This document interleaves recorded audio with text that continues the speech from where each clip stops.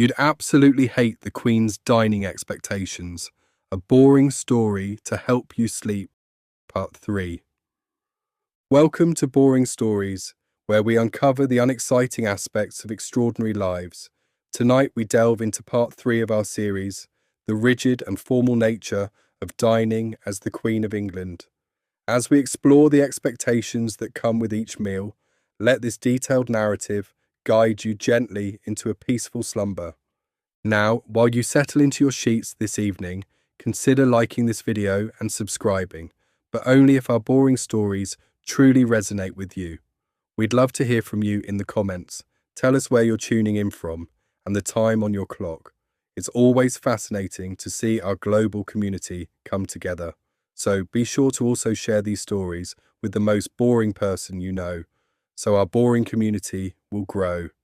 Now, dim the lights, cuddle up with your favourite blanket or pillow, and let's embark on tonight's journey of You'd Absolutely Hate the Queen's Dining Expectations. Imagine, if you will, the soft, almost imperceptible whisper of silk curtains as a gentle breeze, perhaps from a slightly ajar window in a distant corridor, stirs the air. You are not in your own familiar kitchen, nor at a cosy dining table in your home. Instead, you are about to step into a grand dining hall, a cavernous space where every detail is meticulously arranged, a silent symphony of precision and protocol.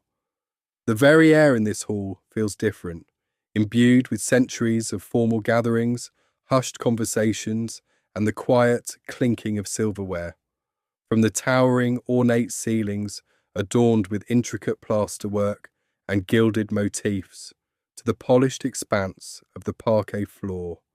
Reflecting the soft glow of concealed lighting, every element speaks of an unwavering adherence to tradition. The heavy velvet drapes, pulled back to reveal glimpses of manicured gardens or the muted London sky, hang in perfect folds. As Queen Elizabeth II, each meal is not merely an act of sustenance, a simple moment to satisfy hunger.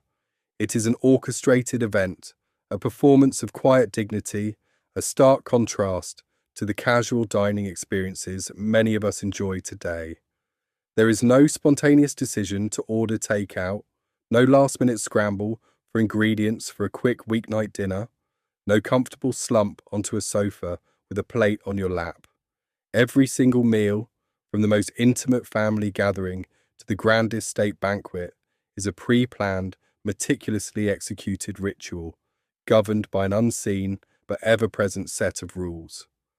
The royal dining experience is steeped in tradition, a deep, unwavering current that flows through every aspect of the meal, from its inception in the royal kitchens to its final, quiet conclusion. And with tradition comes a set of expectations that can feel both burdensome and rigid, a subtle weight that accompanies every bite. Unlike the spontaneous joy of grabbing a burger at a fast food joint, the uninhibited pleasure of a picnic in the park, or the laid-back ease of sharing a casual meal with friends around a cluttered kitchen island, the Queen's meals are defined by ceremony and protocol. They are not about personal preference or momentary whim. They are about upholding a legacy, maintaining an image, and facilitating the quiet machinery of state.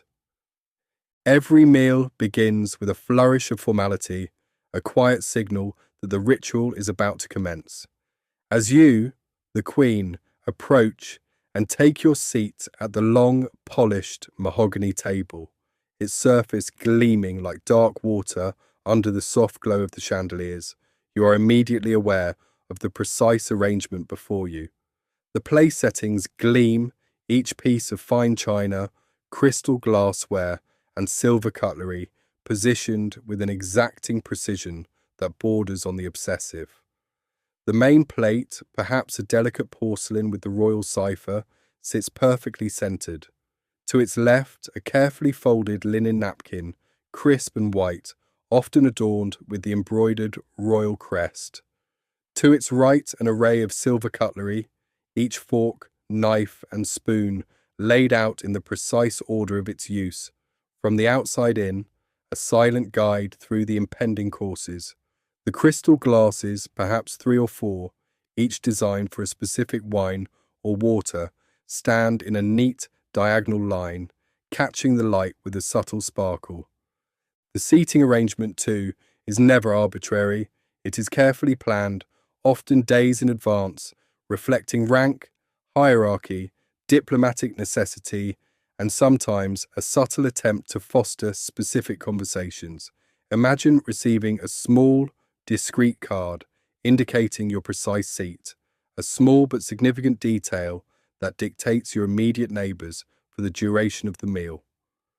Unlike the ease of choosing who to dine with, of sliding into an empty chair next to a favoured companion, here these decisions are often entirely out of your hands. You are placed where protocol dictates, where diplomatic relations can be subtly advanced, or where a specific conversation might be gently steered. This lack of personal agency in such a fundamental social interaction is a quiet, pervasive aspect of royal dining. As the meal commences, a quiet signal given by a subtle nod or a barely perceptible gesture, you are keenly aware of the intricate etiquette that governs each movement, each interaction with your food. You must remember to hold your fork in your left hand and your knife in your right, cutting and eating with a precision that reflects decades of practice.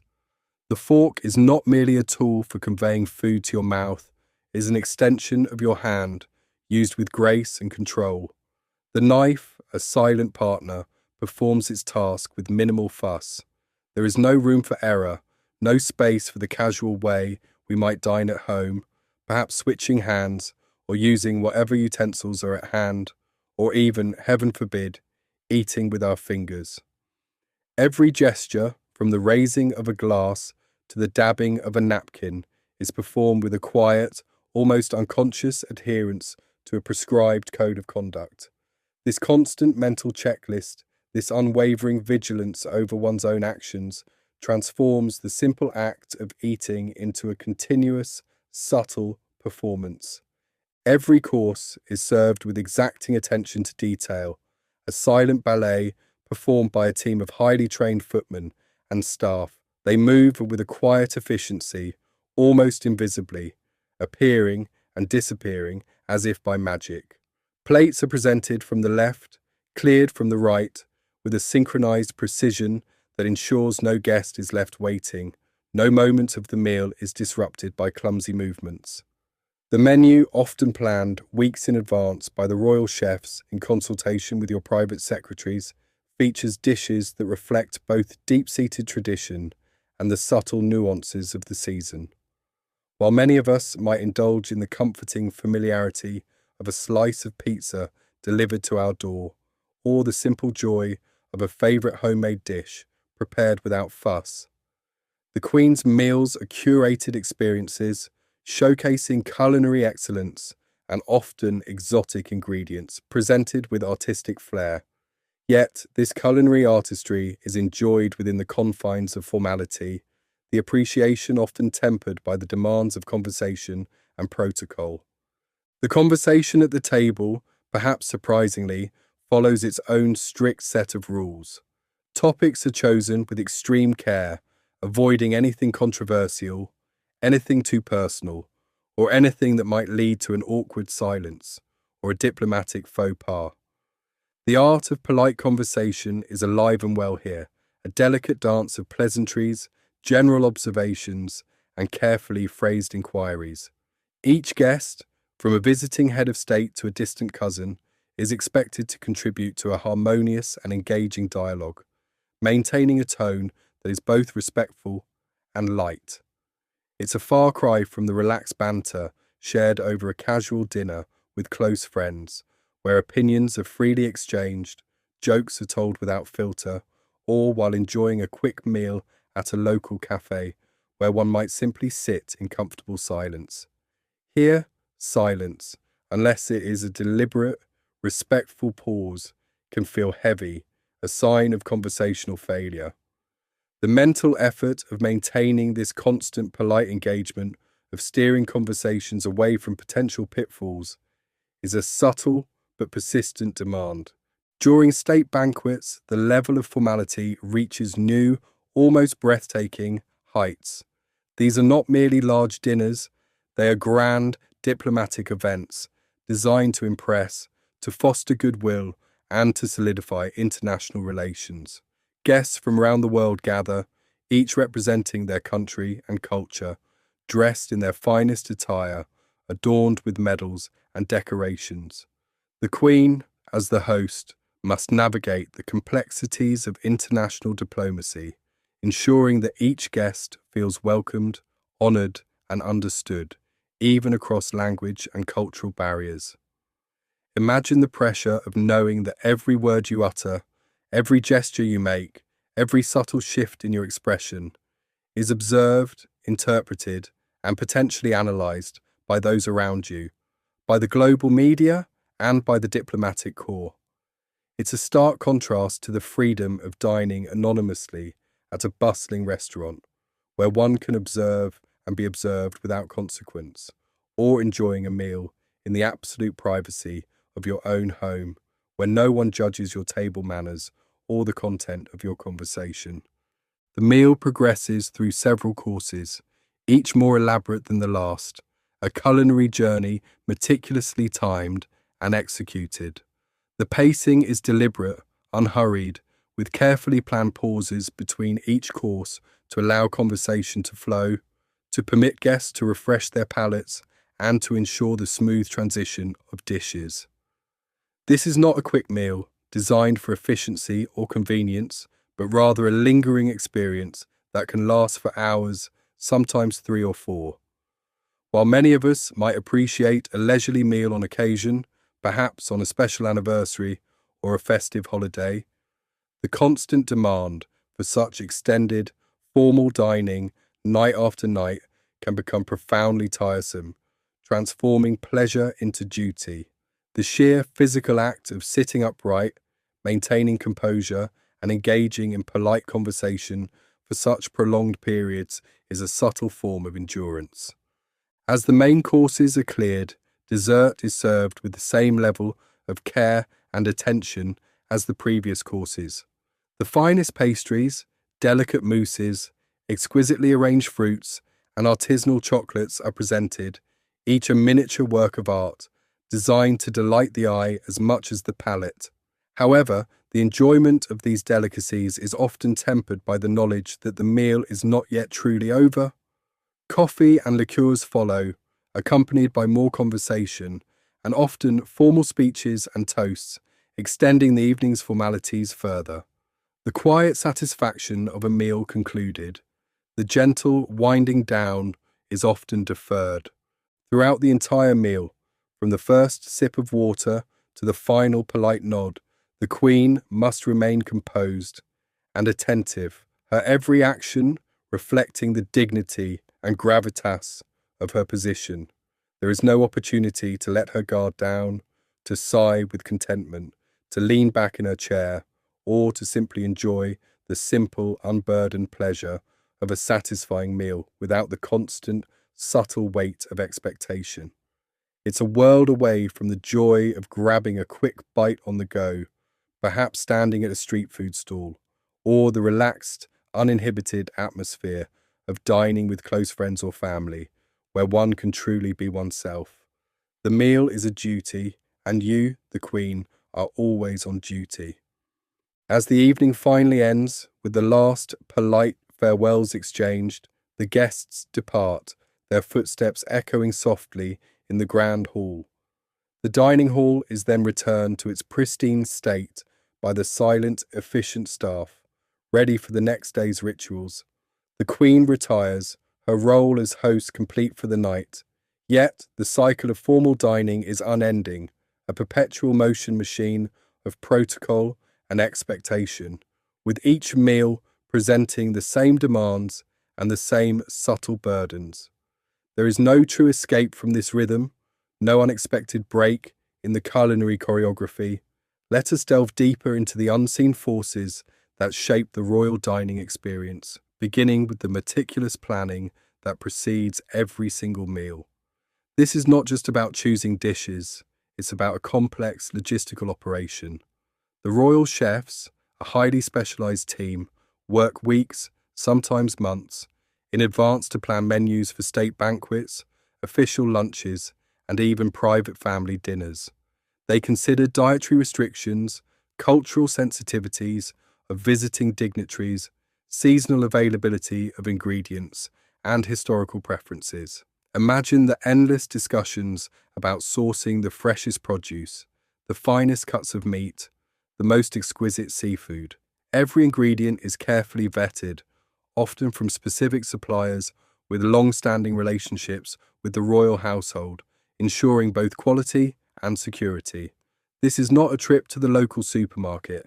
It is a global procurement operation, all for the sake of a meal. The role of the royal chef is one of immense pressure and unwavering precision. Imagine being responsible for feeding the monarch and her guests, knowing that every dish must be flawless, every flavor perfectly balanced, every presentation impeccable. There is no room for error, no opportunity for a culinary misstep. The chef must not only be a master of various cuisines, but also an expert in royal protocol, understanding the subtle nuances of what is appropriate for each occasion. They work in vast, gleaming kitchens, a world of silent efficiency, where every pot, pan, and utensil has its designated place. The preparation of a single state banquet can involve dozens of chefs working in perfect synchronicity, each performing a specific task with practiced ease. This quiet, intense culinary world operates behind the scenes, ensuring that the public-facing dining experience is seamless and magnificent. Consider the subtle, almost imperceptible, dietary preferences that become unwritten rules. While the Queen was known to favour certain simple dishes, such as grilled fish or plain chicken, and reportedly disliked garlic and onions, these preferences had to be subtly integrated into menus without ever appearing to dictate them. Imagine the challenge of creating diverse, elaborate meals for state guests while quietly ensuring the monarch's preferences are met without drawing attention to them. This requires a delicate balance of culinary artistry and discreet adherence to personal taste, another layer of quiet complexity in the royal kitchen. And then there is the fascinating, yet perhaps slightly unsettling, no leftovers rule for public engagements. While not a strict rule for private family meals, for official functions, food is often prepared with such precision that there is little to no waste. Any remaining food from a state banquet, for instance, would be disposed of or used by staff, never repurposed for the next royal meal. This is a security measure, ensuring that no food could be tampered with, but it also highlights the inherent formality and lack of casualness in royal dining. There is no concept of saving some for tomorrow or enjoying a casual snack from the fridge after a formal dinner. The differences between dining with family and dining with official guests, while present, are often subtle rather than stark. Even when dining with close family members, the setting is still a grand palace dining room. The service is still formal, and a certain level of decorum is maintained. While conversations might be more relaxed, more personal, and perhaps even include a quiet laugh, the underlying structure of the meal, the impeccable service, and the adherence to basic etiquette remain. It is a family meal, certainly, but it is also a royal family meal, always within the context of the institution. The true casualness of a family dinner in a typical home, with elbows on the table and boisterous conversation, is rarely, if ever, experienced. The historical evolution of royal dining adds another layer of quiet fascination to this boring narrative. Imagine the centuries of tradition that have shaped the current protocols. From the elaborate feasts of medieval monarchs, where food was a display of power and wealth, to the more refined, French-influenced cuisine of later centuries, royal dining has always reflected the prevailing social and political norms. The current protocols are a distillation of this long history, a blend of ancient customs and modern sensibilities. This means that every meal you partake in as queen is not just a present experience.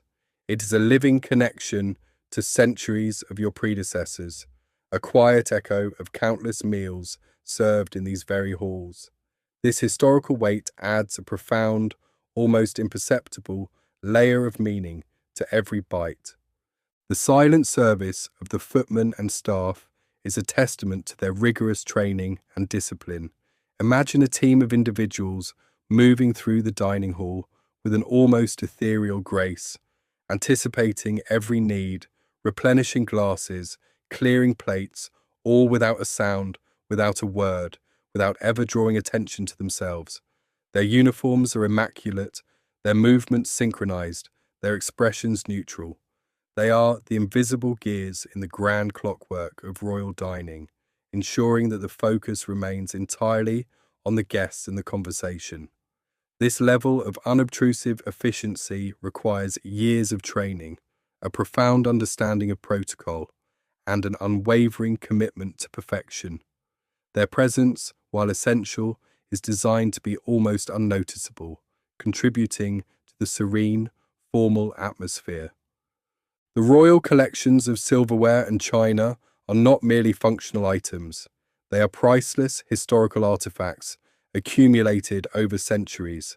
Imagine the vast vaults filled with gleaming silver services, each piece engraved with royal ciphers, some dating back hundreds of years.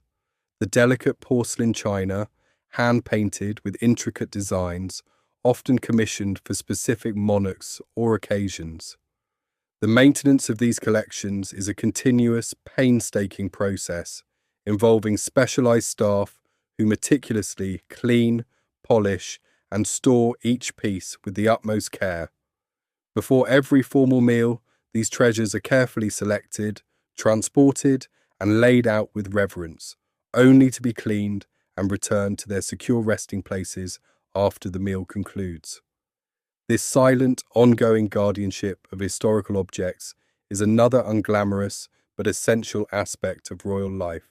The royal wine cellar, a vast subterranean labyrinth beneath the palace, holds an astonishing collection of vintages, some dating back centuries. Imagine the quiet, cool air of the cellar, the rows upon rows of dusty bottles, each representing a specific year, a particular region, a moment in history. The management of this cellar is a specialized task, involving experts who oversee its temperature, humidity, and inventory. Wines are selected for specific state dinners, chosen to complement the menu and to reflect diplomatic ties. This is not about personal enjoyment of a favorite vintage.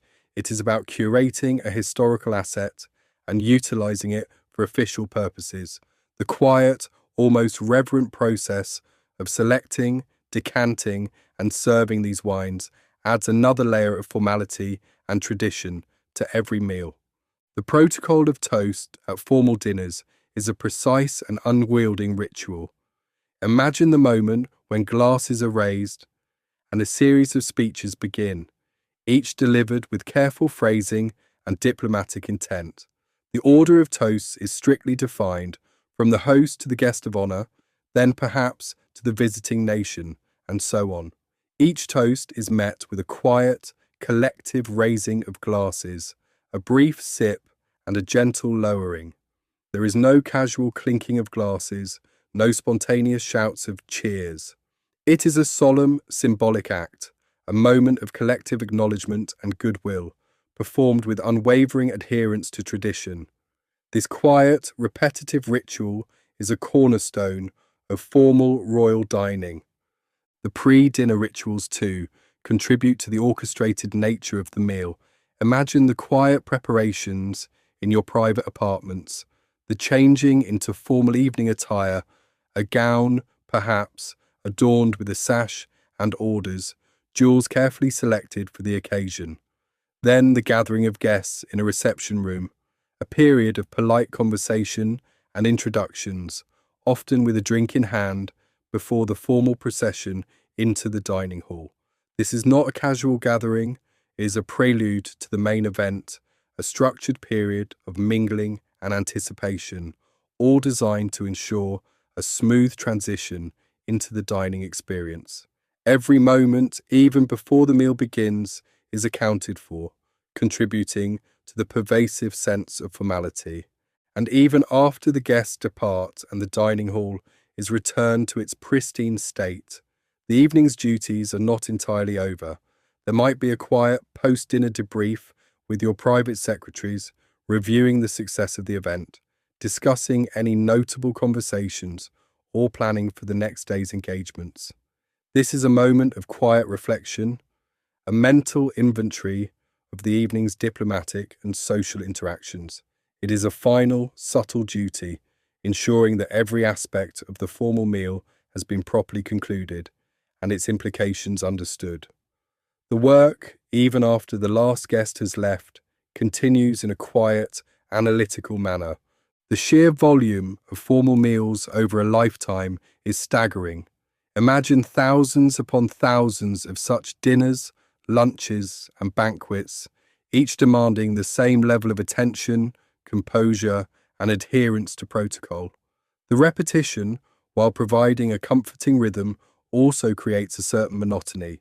The grand halls, the gleaming silver, the polite conversations, while impressive individually, when viewed across decades, they blend into a continuous, predictable tapestry of duty. This constant, quiet repetition, this unwavering adherence to a preset pattern, is perhaps the most boring yet profound aspect of the Queen's dining life. It is a life lived in a perpetual state of formal engagement, where the simple, unburdened pleasure of a casual meal is a rare and fleeting luxury. And so, as you drift deeper into sleep, consider the dining life of Queen Elizabeth II, a life where meals are not just sustenance, but ceremonial events steeped in tradition and expectation. The grand halls, the meticulously placed silverware, the choreographed service, the polite conversations, the endless succession of courses, all contribute to a dining experience that is less about personal enjoyment and more about the unwavering demands of duty. The next time you enjoy a simple meal, perhaps a quick sandwich, a comforting bowl of soup, or a relaxed dinner with loved ones, relish the freedom and ease that comes with it, free from the rigid protocols, the constant scrutiny, and the profound lack of spontaneity that defined royal dining.